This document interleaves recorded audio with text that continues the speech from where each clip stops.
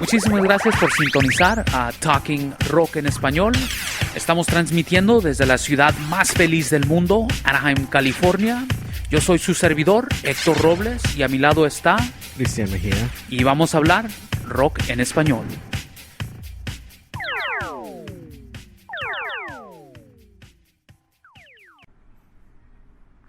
Hola, muy buenas tardes y gracias por sintonizar a Talking Rock en Español. Y estos son los eventos que están sucediendo esta semana.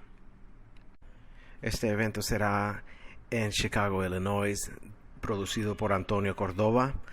La primera de Dioses Ocultos, tributo a Caifanes. Esto se llevará en Output Lounge el jueves, septiembre 27, 1758 West Grand Avenue, Chicago, Illinois, 60622. El próximo evento se llevará en lugar acá en Los Ángeles, en el House of Blues del Sunset Strip. El regreso de Tribal con Raza Cósmica, Rockero 5, Lunar Route y Animal Games. Este evento es el viernes, septiembre 28, en el House of Blues, y parece que es entrada gratis para mayores de 18 en adelante. Si estás en la ciudad de Phoenix, Arizona, te recomendamos 80s Rock Night con los Hollywoods. Esta es una presentación de Perro Gacho Entertainment, trayéndote lo nuevo y una de las mejores bandas, los Hollywoods. Esto se llevará a cabo en Encanto Nightclub, 2647 West Glendale Avenue, en Phoenix, Arizona.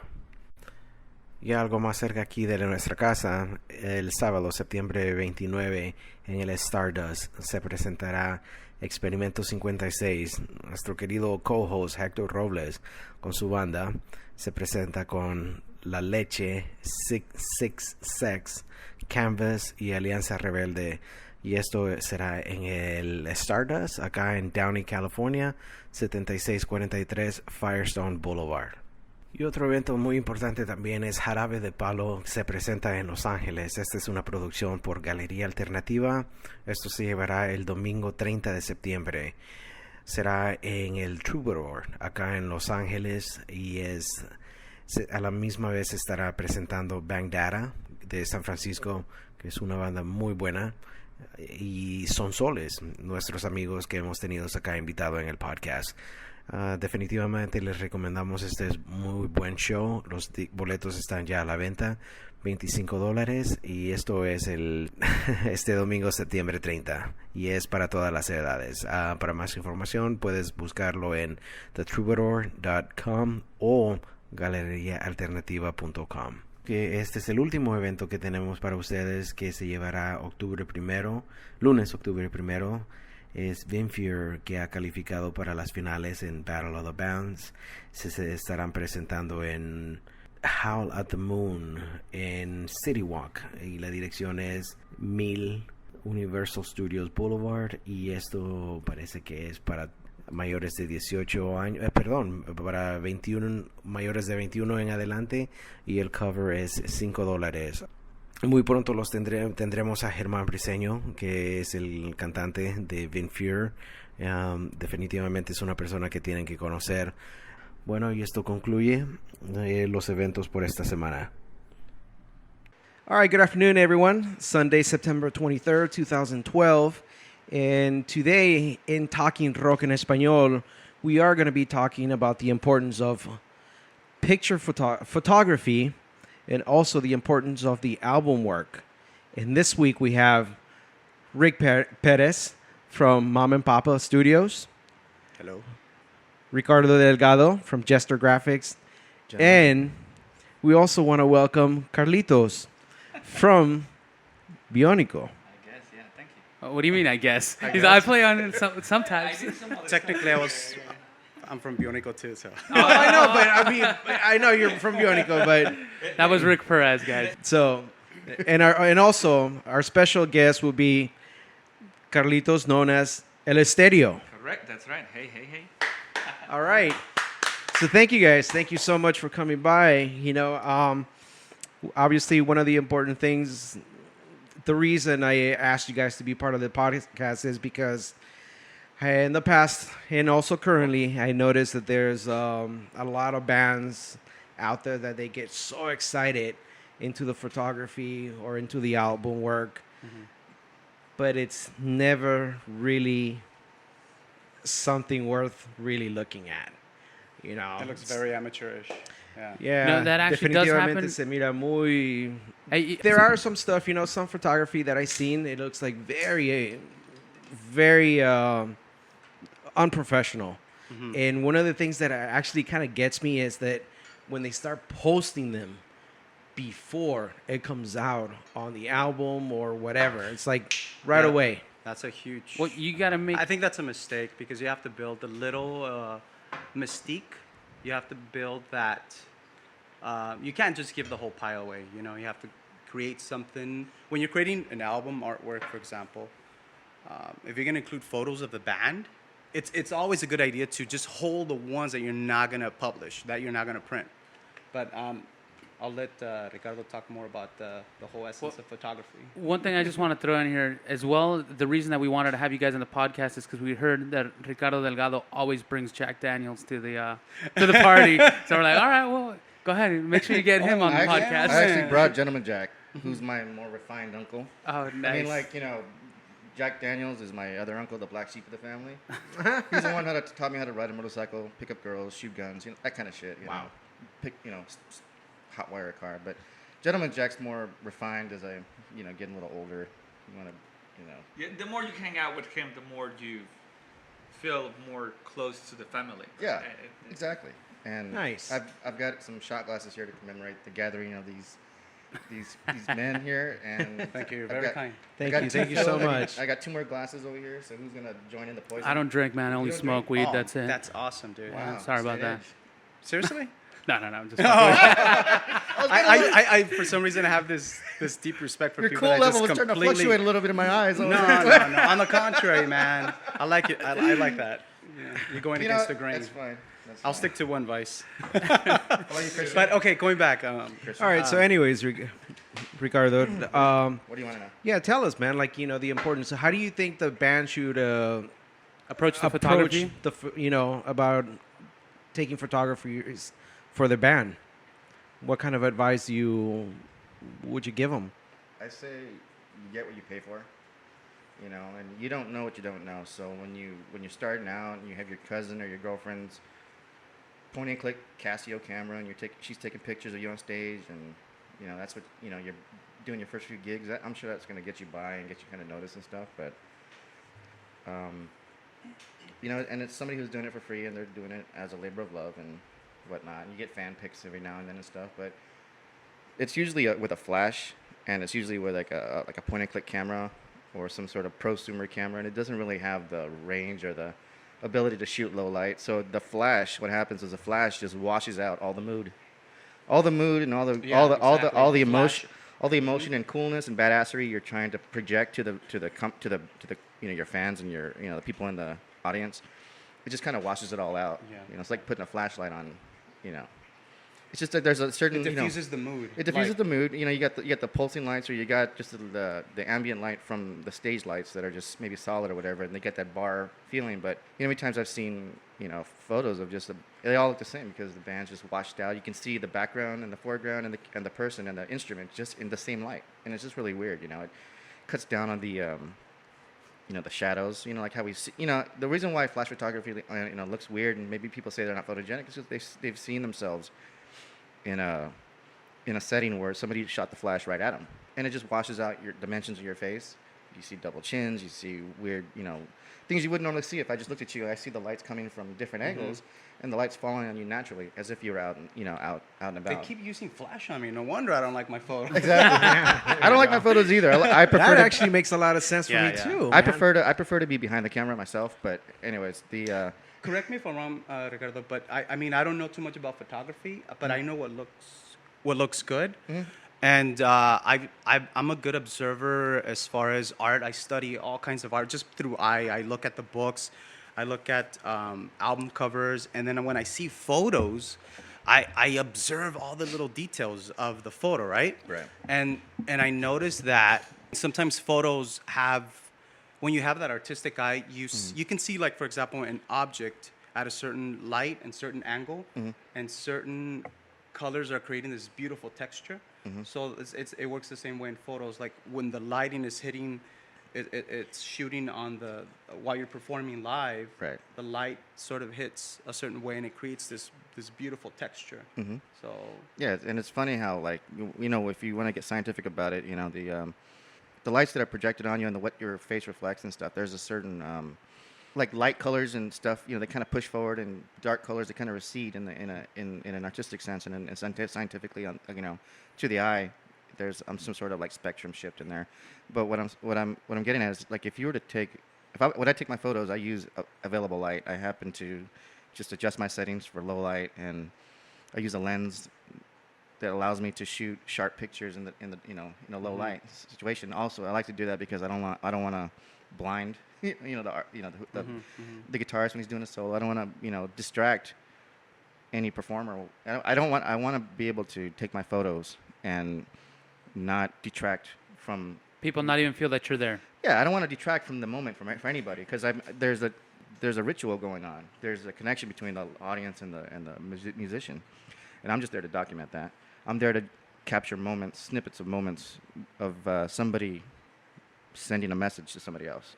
Usually, though, what I find the reason that people don't hire professionals is because of a money situation. And just out of curiosity, how much does one of those lens and one of those cameras run?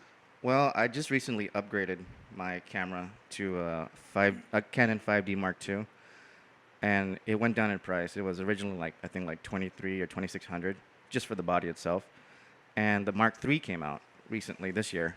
I was able to pick up the Mark II, the older model, which is still a great camera because for if you know anything about cameras, it's probably one of the top of the line cameras for Canon. I think I picked it up for $2,200.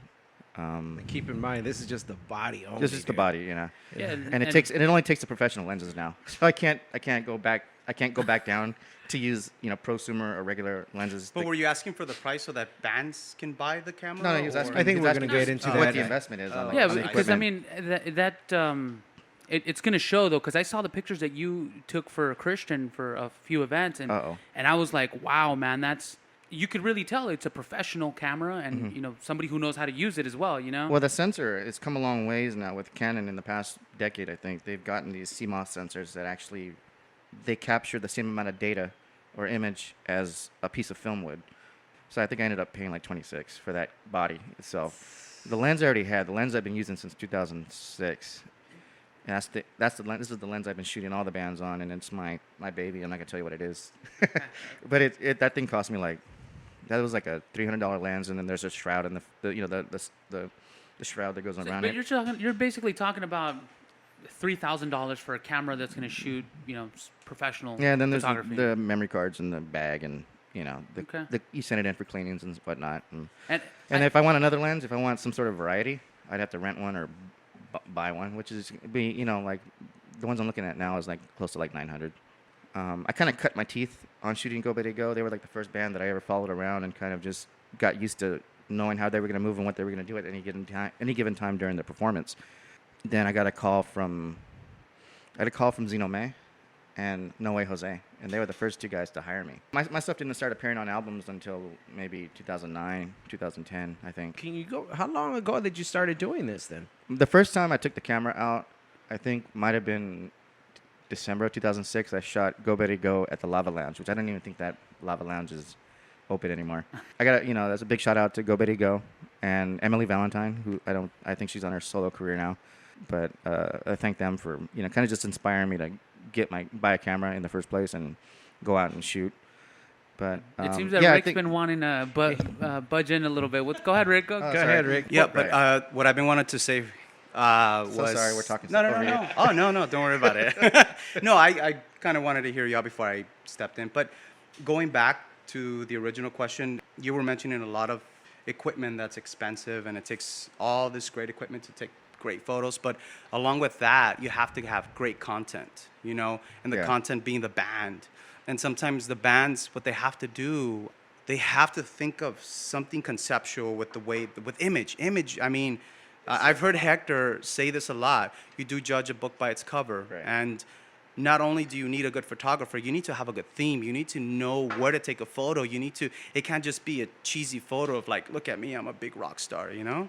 Yeah, it has to, Wow, man. It's like, really? You're wearing that for your photo shoot? yeah. It's like, come on now, be serious.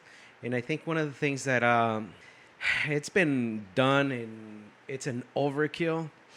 Stop it with the fucking railroad tracks, man. With the what? With the railroad tracks. The photos with the Oh, railroad. I Photos with gotta the be rail- honest. I've done one or two of those. Yeah, Just but because, I mean, you know, you just wanna because look- they hire you for that. Yeah, that's I mean, it's their but idea. but seriously, man, it's like, first of all, a rock en español is never man, a that- fucking drifter, dude. Dude, that's what I was going to do on well, my next photo shoot, dude. You know what I mean? I know. Never. I know what you're saying, Yeah. but you know, people that see them don't know that. If you don't know them, then you don't know that. If you saw that photo, it harkens to like it's more of an homage at this point in time. Because where are you gonna go? You know, but I it's tell you, it's, and I'm it's sorry. more of an homage. And if it was, you know, the band looking cool on a rooftop, the band looking cool against a brick wall, on the railroad tracks. It's, you know, the railroad tracks are like an interesting object, in an interesting part of the photo, because I've only taken one photo class, and it was 35 millimeter photography. So I learned how to like mix chemicals and handle film, and I learned a little bit about photography, but I didn't really. Most of my knowledge comes elsewhere, and I'll touch on that later. But everybody asks what makes a good photo. Even like Yeah. I meet single moms at the shows at the House of Blues, and she asks me what makes a good photo. What makes a good photo? I'm going to tell my son. He's like this age, and I want to tell him, you know, what to look for. I want to kind of. You know, it was nice because she wanted to push him into doing that. You know, it was. Did you like, tell her a hot chick with big boobs? Yeah, I did actually. Because I got into the other veins of photography that I do, and I told her about all the other stuff that I do. But basically, the teacher said that there's 10 qualities that go into a good picture. You know, I can't remember them all, but there's like, you know, using the rule of thirds, good contrast, good composition, repeating objects, converging lines, and that converging lines is the railroad tracks. As the Perspective. the perspective is Yeah. forced down to a point, Yeah. it kind of draws the eye, and it makes a good background. It actually does, and it kind of like positions. If the band's positioned right, it looks nice. Yeah, if you look at photos, and I'm gonna bring up photography from a magazine that has nothing to do with music, but National Geographic. You know, when you look at photos from other countries, and you see these photos of these people in their natural environment, they're not really expecting a photo, and they have this natural feel to their face. Captures this amazing emotion. I there's think no ego. sometimes There's no ego there. So bands have to sometimes get away from that and just try to look as sincere in front of the camera. Instead of sticking your tongue out and like posing Well, for it. Yeah. Then there's different levels of creativity. There's the ones that are very literal. Oh, I'm out here. I'm a rock star. You know, there's certain bands that they can get away with that. But essentially, one cover that I really dig a lot, and it's a photo-based cover, is the Caifanes, the very, very first one, with the band that have that goth look. It's just Saul, you know, at this looking away, and they all, if you look at their faces, it's very, very. I love looking at artwork, and whenever I look at that one, I go, my God, this was gold when they took this. I would like to say something on that, because this is a question for them too, and it reminds me something about a great picture that makes a really great cover, which is the Depeche Mode cover, which is on the second album, where they have a lady on the farm, and I think that's a really great album, and actually won like one of the best album covers of the year, and it's one of the best album covers ever. And the photographer made it, and there's a story behind that. But what I would like to ask, you know, them is, sometimes I believe you have to, you know, if I come with my idea of, hey, let's do it on the railroad or in the toilet, maybe you as an artist, you have the power to, you know, Manipulate advise it to them. Let's say, look, you know, maybe This has been overly done. Let's try it this way. Yeah. this is Yeah. something for them. I think that you know, they're hiring you, and they have a certain direction for their image. I mean, maybe they have an idea.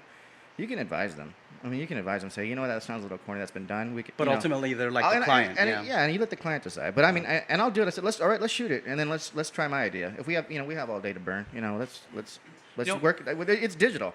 I'm not picking and choosing my shots like I would if I was shooting film. Like, I only got 32 shots, dude, and let's make it count. You know, it's like I got a 32 gigabyte memory card. Let's shoot all 3,000. let's shoot all damn day. You know. Well, But yeah. one thing I and I've actually gotten this from some of my friends as well with the rock en español scene. Mm-hmm. That when I was going to high school, I used to see all the guys with their Caifanes t-shirts and like, I mean, these guys just look like they listen to Slayer. And then you're like, really? That guy's fucking listening to Maná? Like, and he's dressed like that? Like, so I think that's another weird thing about rock en español, the way that people dress, or the image that they're portraying. It just doesn't go, you know? Right. And I don't know, maybe I'm crazy, but I've seen that in rock en español. Yeah, you I've guys- seen that too I've a seen that lot. too. From I've seen yeah, it a they lot, look right. they look like if they're into heavy metal, they're into goth, and then you hear the music. It's so Or- funny how we have those mini genres, those subgenres within our rock, you know. Yeah. Well, I But, just I guess a little fact I wanted to mention because I was always tripping on that. You know, I think this will be another subject for another thing, but it will touch on the image, and maybe you want to bring other bands to talk about their image, and that's a subject that Rick and I talk about the band, and sometimes we see in other bands, and we get influenced by that. Ultimately, now at my age, I think that your music should be the major factor for that. I mean, the years of image, where you have a big recording studio or you have a big company behind you, that really mattered a lot. But then you have all these bands that are so big and their image was completely the opposite to what everyone wanted to. So maybe that's another subject for another podcast. But Well, I agree with you. Image, it's weird. Yeah, especially yeah. on the picture. I mean, and the cover that will go and the art of the band. That's one of the things though that I found really interesting, and that's why it's so awesome to have Mr. Rick Perez from Mama and Papa Studios. Actually, right? it's Mama Papa Studio, Mama, okay. and the reason why it's called Mama Papa Studio is because my wife, I just recently got married.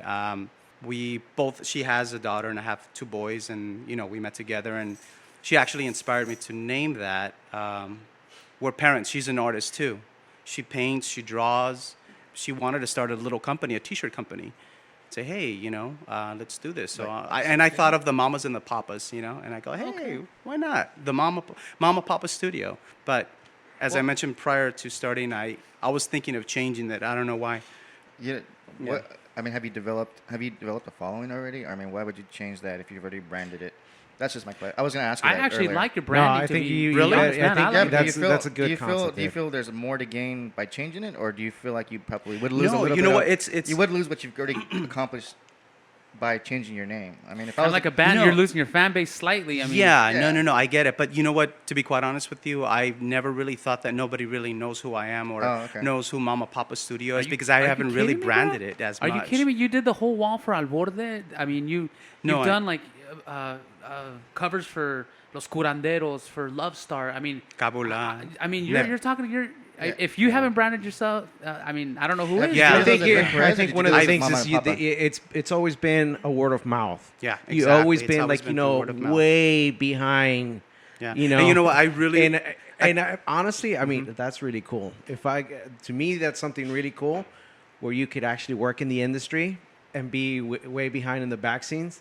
That's really cool. Yeah. Unless you want Well, the for spotlight. for the people that don't really know much about me, about Rick Pez is, I sang in Bionico for a while. I was actually the designer for Al Borde. I did a lot of their covers. They actually opened the doors to my growing abilities, to my nurturing of my graphic abilities. So I really dig the company or I appreciate the company very much because they just said, Rick, you have total creative freedom. Do it. Because I worked That's with pretty Pelos. amazing. I worked with Pelos, and he really liked my stuff, and he said, do it, go. We would take turns with other designers, and that's where that was. I went to school for design, but Al Borde was my real life schooling, and I've always been obsessed with album covers and the art. Oh my God! Let's go to the record store. Let's sift through all the CDs. Let's look at this art. And even opening up the packaging and smell. Yeah, actually, I do that. I actually do obsession that with- myself. I love it. Like the smell of the ink. Yeah, I don't like buying files from iTunes or something like that. Unless if I can't absolutely get it from somewhere, then Yeah. I'll buy it. But because I think Yeah, I'm the MP3s same sound way, like dog man. shit. I gotta But have something physical. I'm from the era of like seeing my brother's double gatefold LPs. He would buy art books by like Roger Dean and Martin Dean, who were guys who painted like Toto or Asia and Oasis covers and stuff, and I was like, wow, I could sit there for hours Right, and just right. marvel at that Yeah. amount of artwork. And you look at the way that things are graphically designed on the inside, inside the jackets and stuff. And I still go to Best Buy, Amoeba. I'll buy on eBay. I'll buy CDs because I think they sound really a lot Oh, more, yeah. I mean, a the lot more MP3s dynamic. And I just like having that file. That I like having the files. It's tangible. It's there. tangible. I It's like part of seeing the the booklet. experience, It is. right? Because Yeah. when you download the music, it's great. I still love. I love downloading music, and I don't think I've purchased a record in such a long time, physical record. I mean, I've purchased digital records through iTunes, but yeah, it's totally different. But I understand the necessity for it. It's a necessary evil because, Yeah. although like the CDs don't cost like $18 anymore, they're like Which is 10. nice. Yeah. Because you can actually kind of risk like $10, $11 at the store, and if it doesn't sell, if you don't like it, you can sell it back to Amoeba or something. It's nice to have like the files, like all the bands in our scene. It's great that they can reach anywhere. For somebody, if they know about their music, they can buy the track off of iTunes. They could buy the track off CD, whatever you guys, whatever venue you guys Right. use to I mean, hold your well, files. Those are the benefits of the internet and electronic files and being Right, able to right. move that stuff. I mean, and it also allows bands to be. You see the shows and something really cool because I always go to Al Borde. I think that Al Borde was one of the pioneers for rock en español news and like Yeah. stuff like that. And I remember picking up that magazine, and reading all the stuff on there. Now you're able to go there, go to their gig calendar, and something Yeah. just awesome is like I saw our gig on there, and Los Amigos Invisibles were right above us, and Maná was right beneath our gig, and it's like, holy shit! Like people can seriously, because I It's a mean good feeling, huh? we're nobodies, but you're able to be exposed and be presented in that kind of a situation. One thing that I keep on telling Rick is that a lot of people are buying the book by its cover, and that's how albums are still being sold. Like people will flip through and they're like, "Oh shit, that's an interesting cover," and then they'll buy it. That'll help them stop to listen to the music. And I think a lot of people don't realize that. They're just like, "Oh, this is cool because this goes with my song. Fuck it, this is what I'm gonna put up." Since I many times have said that I've made a huge mistake in our first album that we released with the album cover. I'm working right now with Rick Perez right now in helping us develop that cover that people are going to be like, oh shit, this is interesting, and they'll stop to listen to the music, and then you could really show them what you have. Right. Yeah, if I they think haven't heard you guys, then that'll exactly dawn on them. that definitely. I mean, the record cover itself is another. I mean, art and music has always been together. Has always been like peanut butter and jelly. Boom, meshing together. It goes hand in hand. You can't have one without the other. It's just part of the culture. A big mistake that bands do is they just don't really think about the concepts. You have to think about the concepts and look at the album covers that you admired and why did you admire them? Study them. Why did that cover look good to you? Don't just say, oh, I'll just take this. I'll use my digital camera and just take a snapshot of and I'll Cut go and on paste. Microsoft Word and punch in. Yeah. But, my advice to bands is think about what the songs are about. Think about if there's a theme.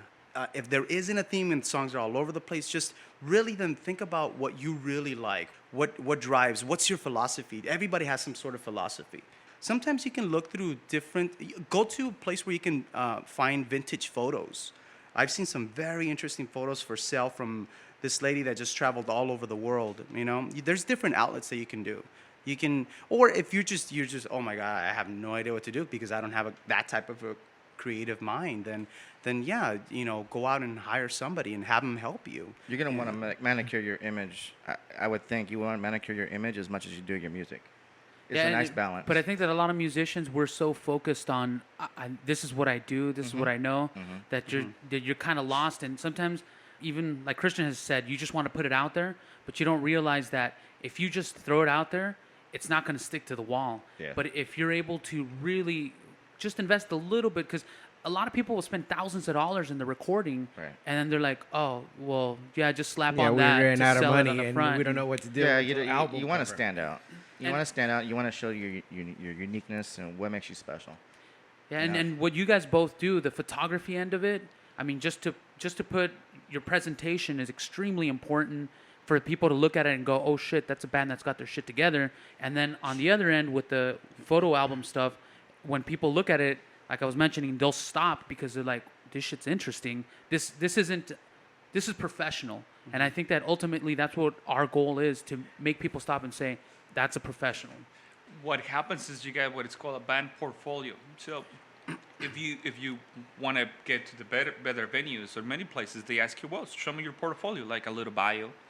You want to include your pictures, and if you got a call, I'm like, sorry, like an EPK or or also known, as an EPK, Yeah, electronic press kit. Yeah, so you got that, and if you combine a good, whether it's a cover, and if you combine the pictures, then you should be okay. I mean, so it goes all together. It's part of that package. But a lot of us musicians, we think it's just my good music is going to push me through. And in reality, it's like, it doesn't matter how good your music is. If people aren't stopping to listen to it, who gives a fuck? I mean, that's Unfortunately, that's we live in a society where it's really superficial. We're really materialistic, and we're like, it's shiny, where it catches our eye. Yeah, it's shiny, it sparkles. And unfortunately, with the pop culture in the conformity that it kind of perpetuates, you kind of have to put your foot in that sandbox and just be like, look, make it look attractive. I understand. We are surrounded.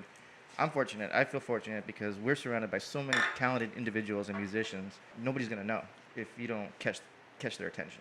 Right. You can play the most amazing music and rock and ballads or whatever you're putting out there, and it's not gonna. The cover needs to reflect. Yeah, you music. need to. It's got to stand up. It's got to stand out, and they're the ones that you worked on. A lot of the ones that I've seen that I picked up. You know what? I kind of want to interrupt you for a split second, Please. and I've never ever said how much I totally dug the painting you did of Love Stars cover.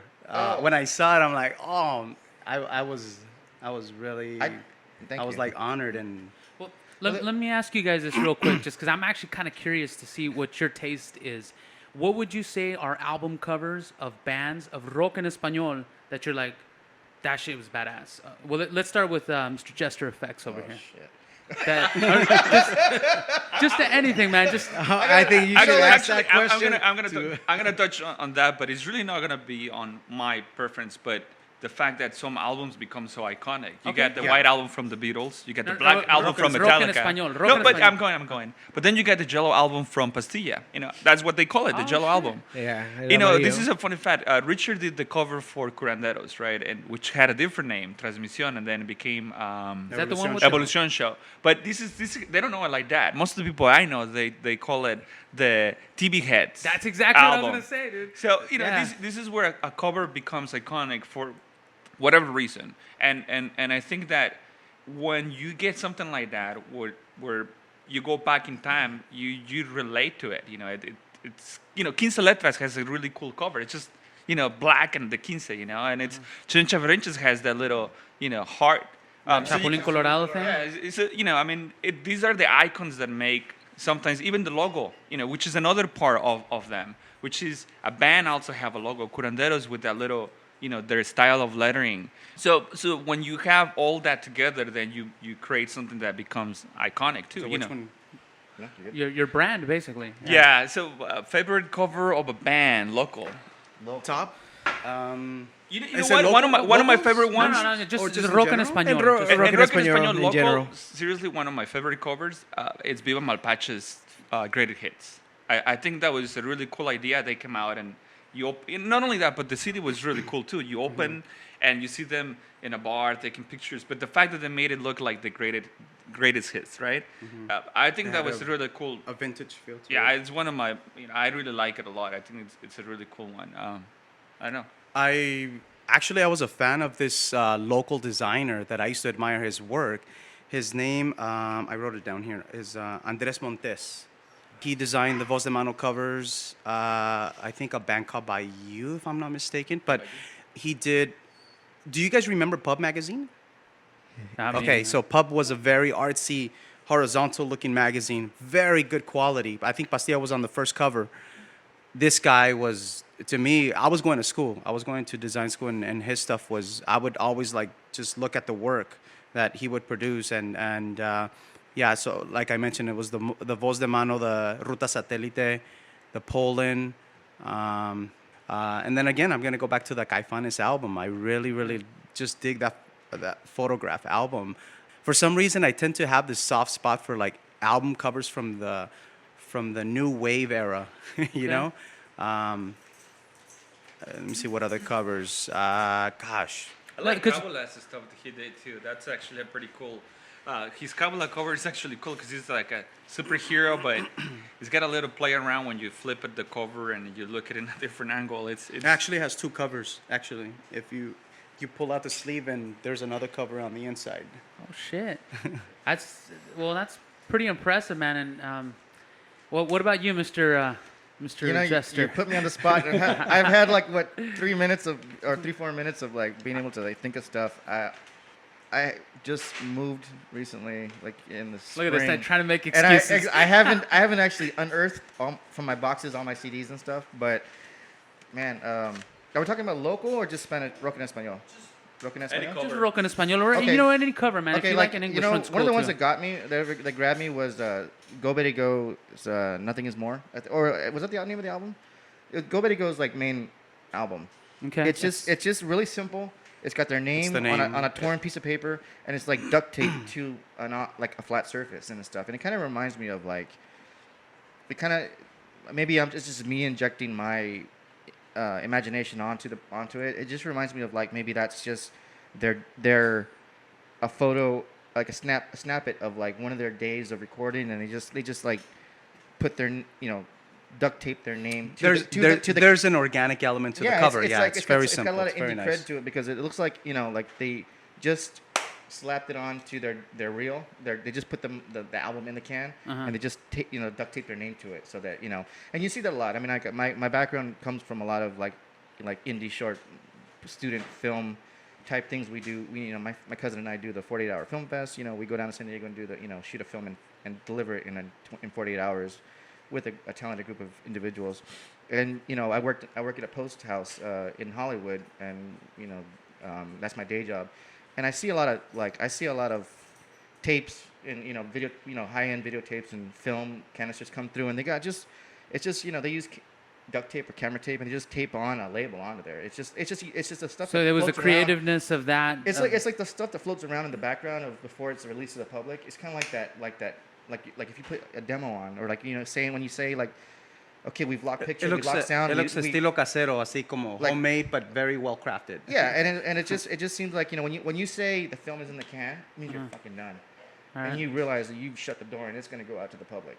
So when they sit, it feels like they've sat around and they recorded their album, and they've the guys mixed it and stuff, and they go boom, all right, here it is, ladies, go Betty go. And it's not even like a manicured, like well printed out label, package that they're. It's that just you this see. is who we are. It's just who we are. Like it could even be just their logo duct taped to the road case. Okay. But that's I have what it looks another like. one. It looks really rock and roll, and it looks really, really Yeah. cool. The other two I would say would be like there's a band called they call themselves DLD now, but I think originally they called themselves Dildo. Oh, dildo, yeah. And yeah, this for some reason this album cover for the album Ventura yeah. Okay. looks pretty badass. I mean, it looks like a road trip. It looks like you see like a postage mark. It looks kind of like stenciled. Their letters are stenciled with Ventura.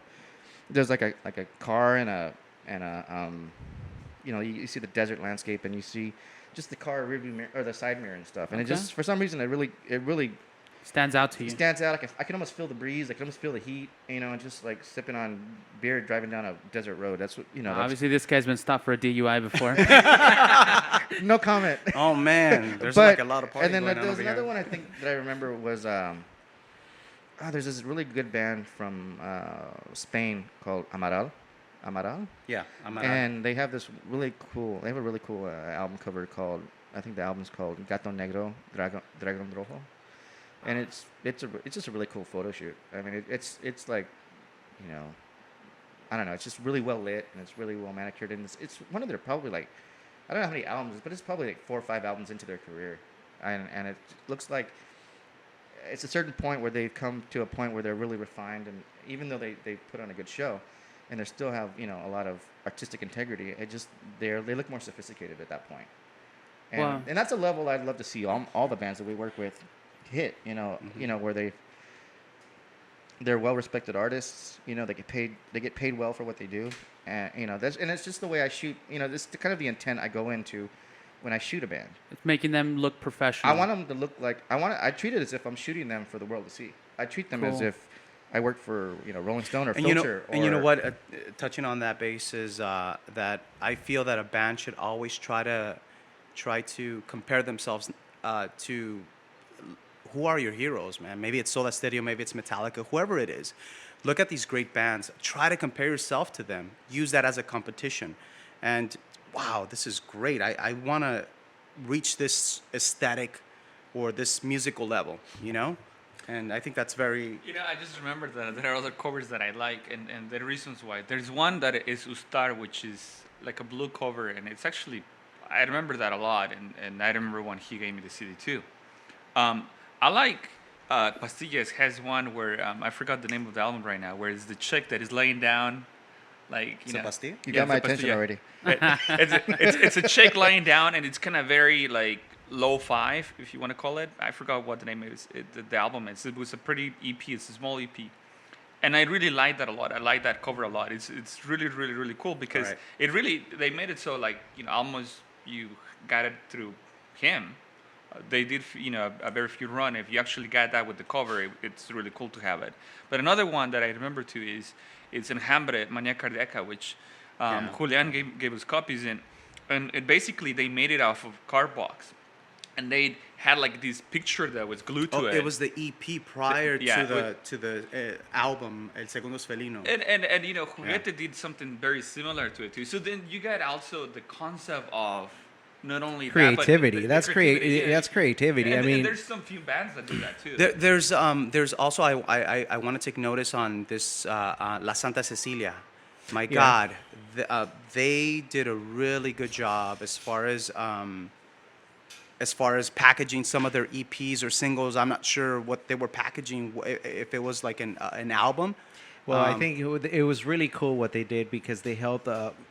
What's that company that helps out the Help Image or something? Or I can't remember. It's a packaging company? No, it's not a packaging company. It's a place where the people that have been like in bad situation, like they've been in jail recovery or house, something like that, and then they basically print shirts or silk or do any of that stuff just to keep them off, drugs and gangs, and trouble.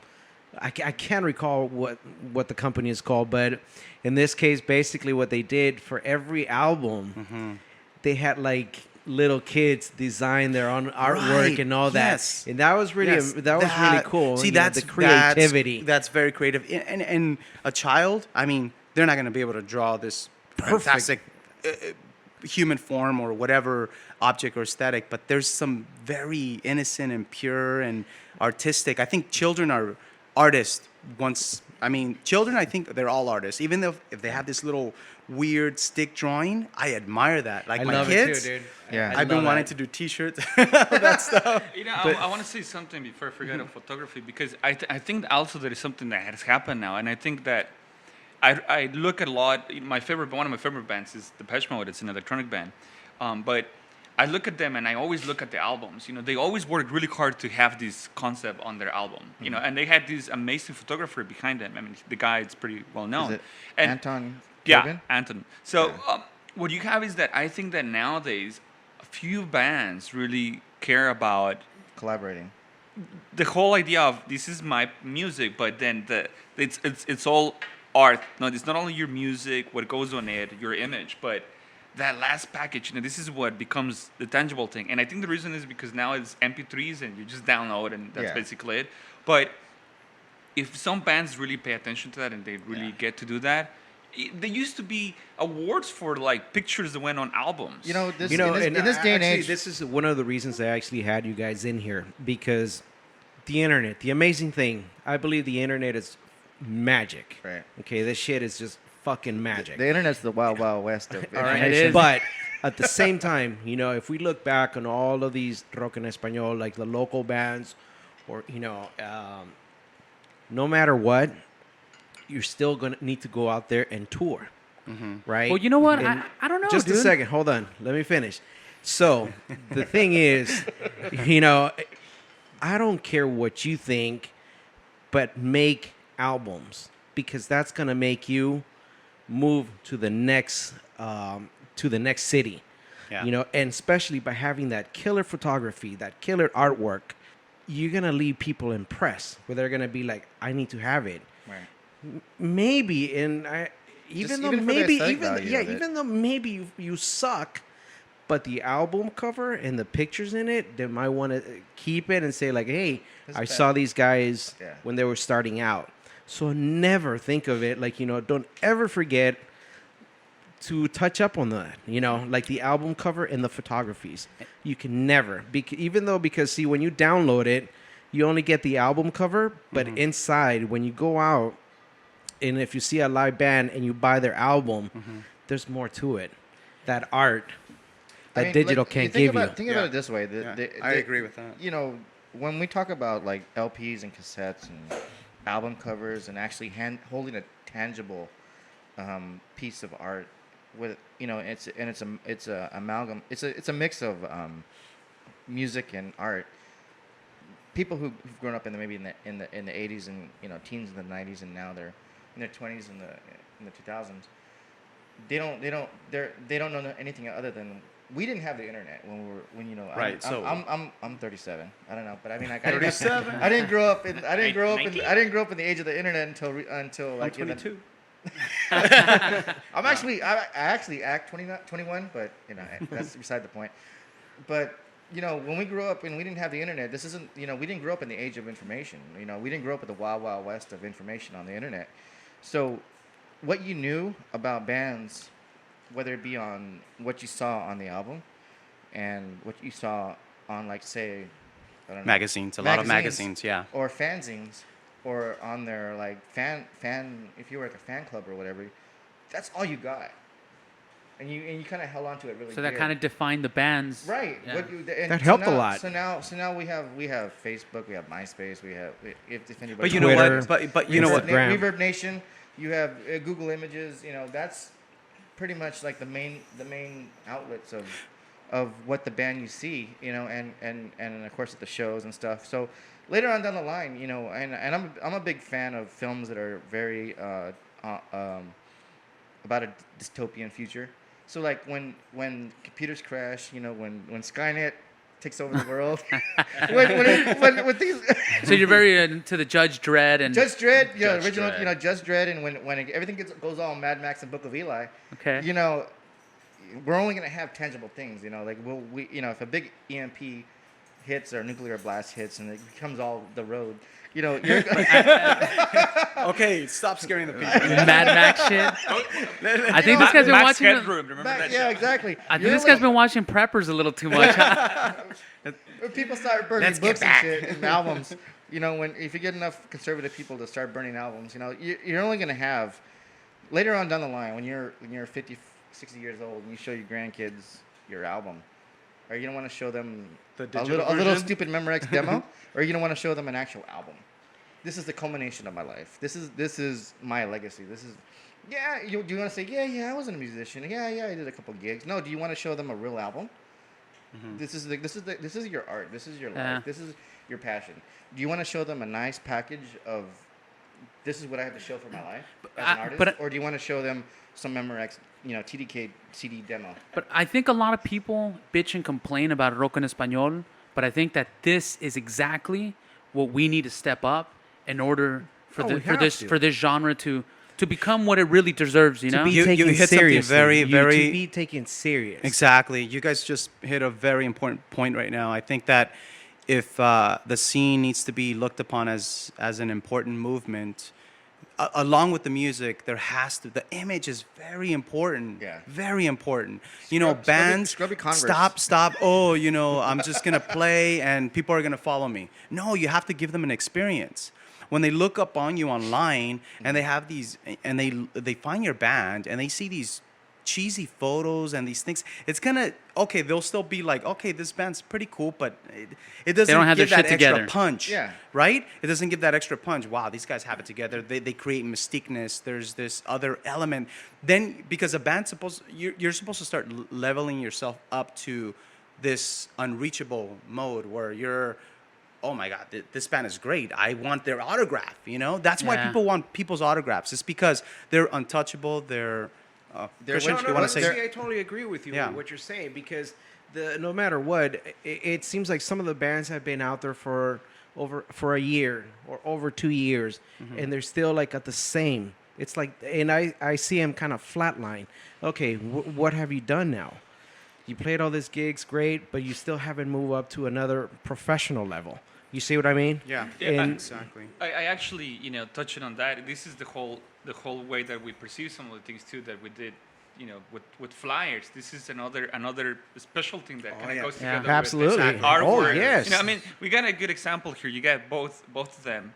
Pictures that go on flyers, and then the artwork that goes to put into the flyers. Years ago, I mean, I have a collection of flyers, and you could see the difference. But there's a point where also flyers, it's a way to spread art too, and it's an open door for artists. There's more, Right. Graphic designers that are doing stuff. When you blend the two, now you have another medium to put in, music too. And you know what? I do have to say this. I've seen professional promoters in this rock en español scene that I look at their flyers, and I mean, I may get burned on this one, but you're like, really, dude?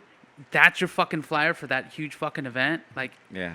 and that's why, like, it's fucking obvious, dude. It's like completely obvious why the rock en español scene isn't taken serious, because these professional promoters are putting some shit that I could do in my on Windows, Right. whatever my if you program. could do it on like Photoshop Lite, I don't know. if you could do it if you can do the flyers Paint. with the programs that came on your computer, Yeah. and if I can do it, then you can do it. I don't know, for some reason I kind of lose respect. But I mean, like, say like A&M Entertainment, Melinda's flyers. She That has shit some- looks pro, She dude. has some pro flyers, Yeah. and she puts her money where it It's those details that count at the Yeah, end. Of But the I day. think that Yeah. a lot of those promoters, they go cheap on that, and it's like, dude, that's your branding. That's Your and it image. fucks everything up. Well, you know what? I have a There's a certain when you're doing a flyer and if you're gonna go lazy on it, you're just gonna grab shit from like photos from like MySpace and Facebook, and you're like, oh, I'm gonna do this show on Friday. I'm gonna grab this photo I saw on the internet and stuff. No, I mean, like, if you're gonna do it right, you're gonna get a graphic designer like Rick, or whoever you choose. You're gonna have the bands email you some high-res flyers, and hopefully it's not just a rectangle you throw on, a rectangle image you throw on the flyer. And the name of the production company on top. But you want to present it in a way where it's attractive, and if you're throwing four or five rectangles for the bands, and a time and a date and a cover, it's And just like sometimes, Ricardo, you're tapping into something very, very right on. I think that sometimes don't think of flyers too, and then this is just my perspective.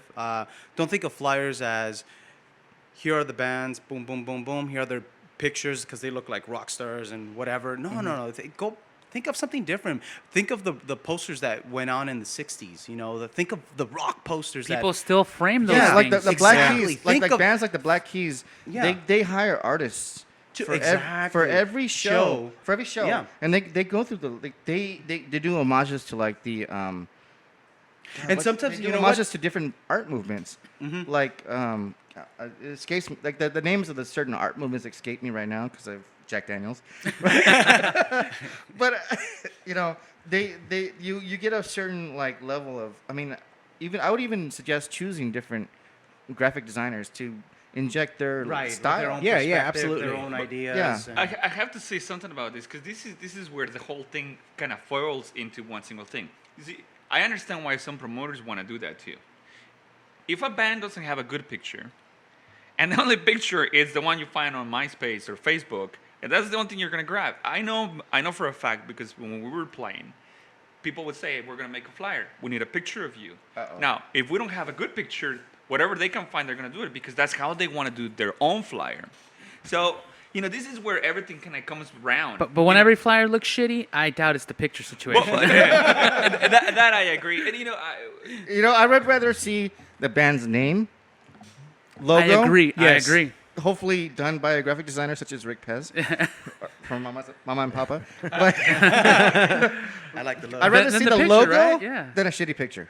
I'm Yeah, sorry. see, that's I'm sorry also to say. another important thing. too, I don't want to step on anybody's toes, and I don't want to like offend anybody. But this is the truth, man, and the truth will set you free. You're looking.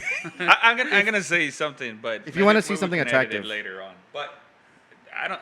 Now we don't edit shit here. Go. No. This is the story of a flyer. Maybe it should be kept like that. It's a story, but you can later. Well, don't name take it any out. names. It's cool. No. Yeah. Well, we have to because this is a pretty big event, Oh, and okay. what they did with the flyer. I'm not gonna say what the band was, but the original flyer, where a lot of bands came on that, when we saw it, and like I said, this is all money and what you can do with what you can, and the way that all happened. We weren't really happy with it. So This was a big concert. yeah, it was a big concert. Is this the bunny? Yeah, and so what we decided to do is I like that flyer. we weren't happy, and we decided we need to do something different. So what we did is we made our own flyer of the band. And it so happened that everyone picked up on that flyer, and based on that idea, everyone did their own mini flyer.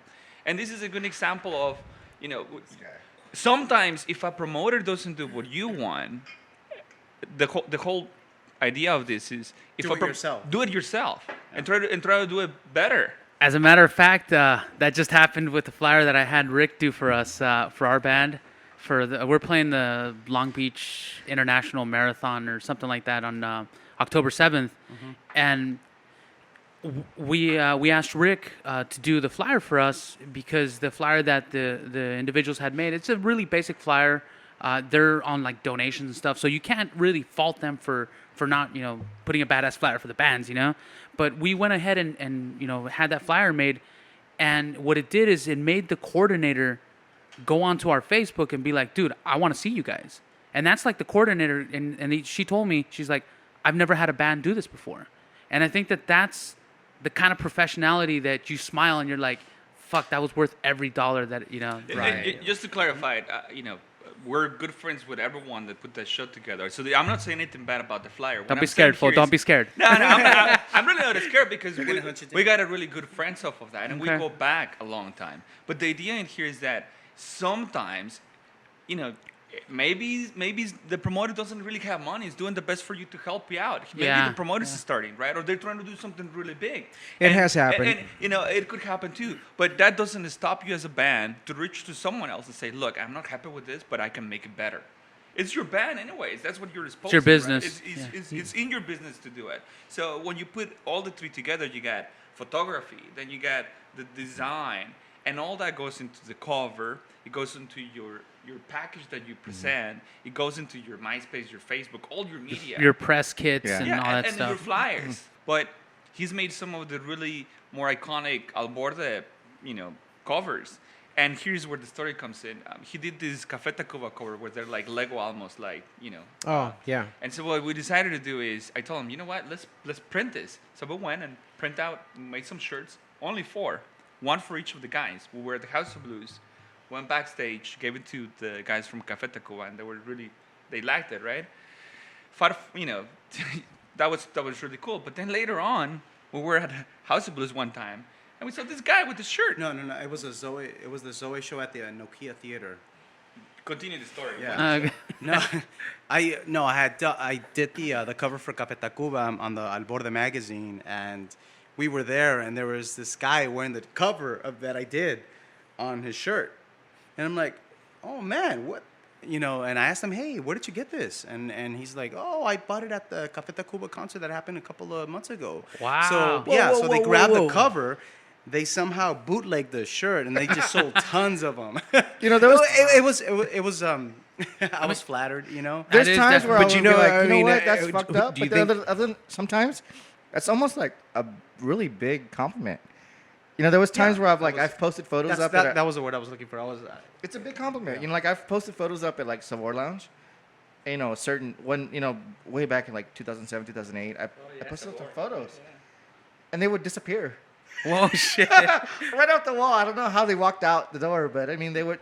and it's almost like, fuck, wait a minute, that's kind of a big compliment.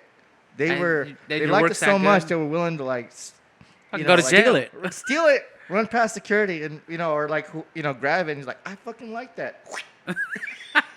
Just rip it off the wall. That's kind of a cool compliment. If you have your photos or you have your art, kind of just go viral that way. In a sense that somebody made some T-shirts off your image. I mean, it's kind of like you didn't reap any royalties off that, but it's like cool. Somebody kind of like went counterculture and risked something to rip that off the wall and just run off with it. It's almost like a weird compliment.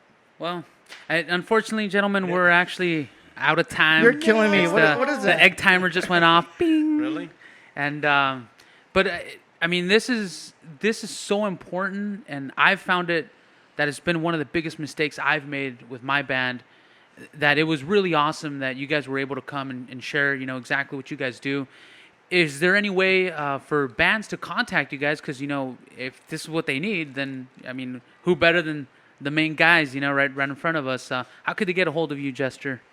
Well, you could go to my under construction website. I haven't updated it in years.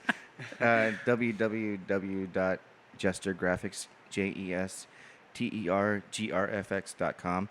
Or you could just go to mainly what I updated is my Facebook because I'm lazy and it's easy. I could just update it from my phone, but it's www.facebook.com/JESTERGRFX.com. And that's where I put most of my stuff up there. Is there any email that they might be able to get you at? Ricardo, RICARDO, at jestergraphics.com, JESTERGRFX.com. Yeah, if you want to hire me, if you want some consultation on your image or or a photo shoot or something like that, 562-201-8995. I'm willing to talk to you. I'm willing to help you. I'm willing to call stylists or whatever you need. Son careros. Because No? I also want to let the people know that you do know other people that handle as far as that can help you out with the image. I am. People from Proactive. No, I don't just have my foot in the sandbox of the Spanish rock scene. I've got fine artists, erotic artists, fetish photographers. Oh shit! Yeah. Oh snap! The goth scene, the fetish scene, the comic book scene. The cinematic. I draw all my inspirations from several veins. Whether it be comic books, movies, storyboards. I do a lot of storyboards for short film independent directors for. So you do short films as well, and yeah, stuff you like could that, actually help, and also people do videos, right? Music videos. I storyboard music videos, film, comic books, erotic fetish photography. You keep on saying that. Now I'm interested to see that shit. So. Unfortunately, it's like it's you really can't. I'm sure I could download it somewhere. Oh man. It's a lot of things are best left to fantasy. Trust me. All right. But Le sacaron un plátano acá al Jester GRFX ahorita. What about you, Mr. Rick Perez? Mr. Rick Perez. Gosh, I feel like I'm the last one that doesn't have a Facebook.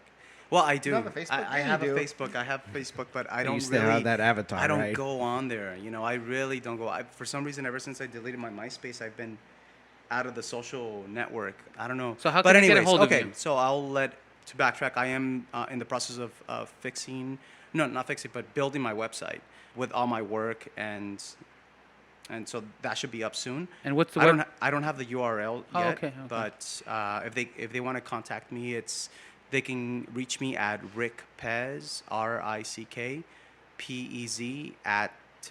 rickpez1975 @gmail.com. Okay. Thanks again to the two Ricks for coming in, and Carlitos as well. Thank you. And remember, Gracias. support these guys, and hiring them, and looking at their art as well. help me help you.